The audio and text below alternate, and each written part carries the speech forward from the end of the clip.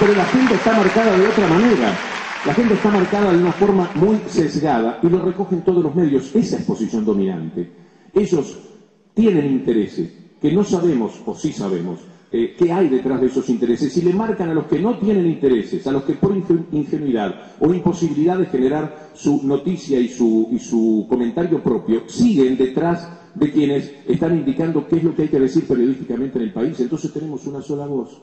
Por eso es que surgen anticuerpos, por eso es que surgen programas que tienen mucho para ser discutibles, que tienen que alguna vez corresponderse con lo que el país tiene que regalarse un día, y es que los canales oficiales le pertenezcan al Estado y no a los gobiernos de turno. Tiene que ocurrir que un día haya un parlamento que designe el director de los medios que son públicos y que sea responsable frente a ellos. Ese es un sueño, pero hasta ahora no ha sido posible. Entonces, uno puede objetar que 678 surja en el canal oficial. No es lo ideal, no es lo lógico, pero ¿dónde? Si no era en el canal oficial.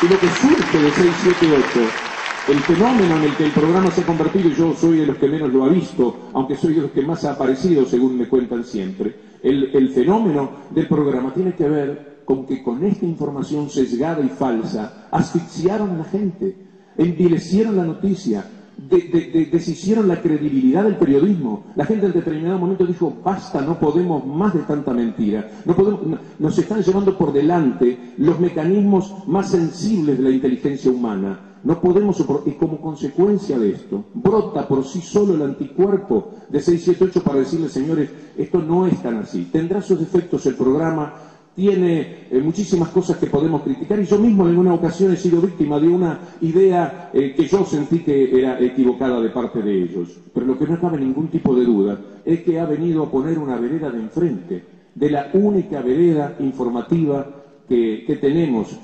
Ya está. Ya no me vas a mejorar. Esto es todo.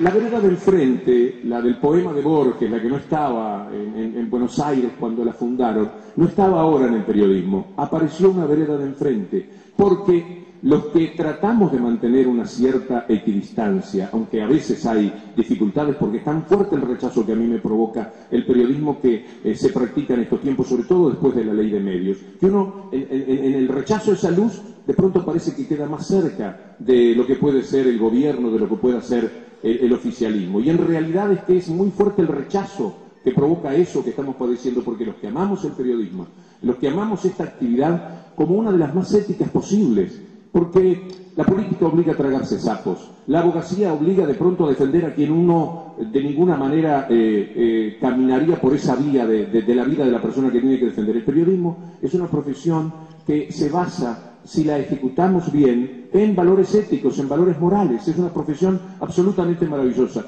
La han envilecido. Y esto ocurrió sobre todo a partir de la ley de medios.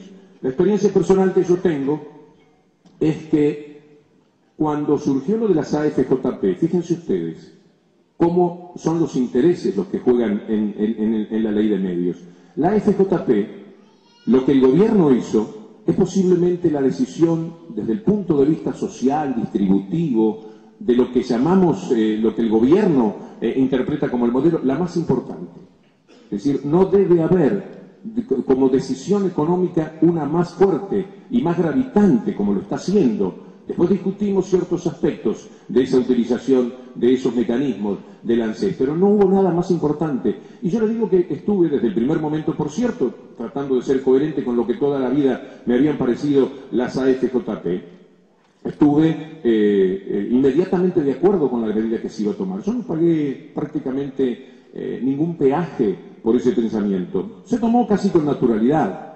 Y estaba quitándosele a otros grupos de interés no directamente mediáticos, se les estaba quitando un dinero muy importante, y el establishment no le gusta que le toquen los privilegios a otros porque dicen en cualquier momento me van a tocar también los míos, por lo cual había una cierta convulsión, conmoción por el tema, pero no pasó a mayores, pasó casi inadvertido, y era inmediatamente después del tema del campo, de la discusión famosísima de la 125. Yo seguí para adelante, nadie dijo que me había dado vuelta, nadie dijo que me había pasado para la vereda de enfrente.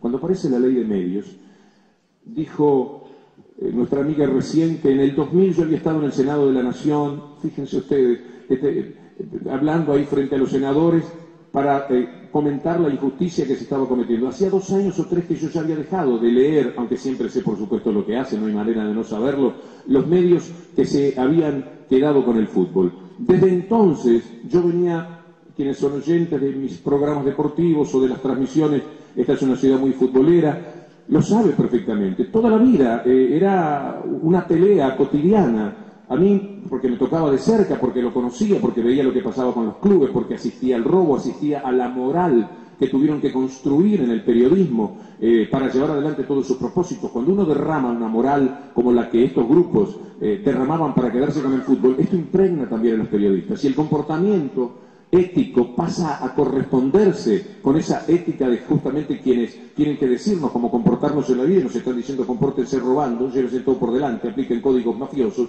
Y los chicos que trabajaban en televisión, los que recién aparecían, fueron comportándose de alguna manera igual, sabiendo que una parte de su vida quedaba relegada. Ellos no podían decir nada de lo que ocurría con el fútbol. Ellos podían hablar de los jueces, de Riquelme y Palermo, de las miserias, de lo que es el cotilleo diario que dura solamente 2 o 3 días en la vida del deporte.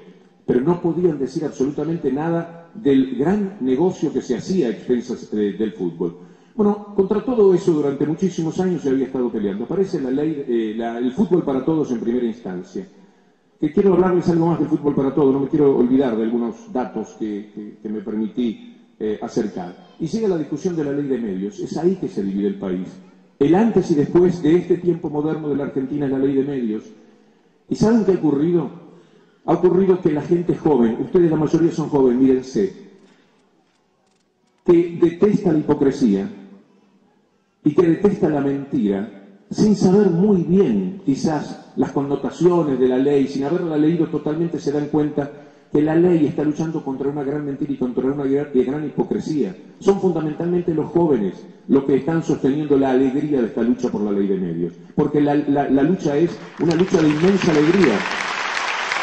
Y no se dan cuenta quienes han dividido las aguas tan tajantemente que lo que el periodismo que tiene intereses para defender, estos que he comentado y muchos más, lo único que se le ocurrió alimentar es el odio. Todos los días proyecta una circunstancia de odio, todos los días crea para los demás medios desde la posición dominante un tema con el que tenemos que lidiar permanentemente. Un día es la inseguridad.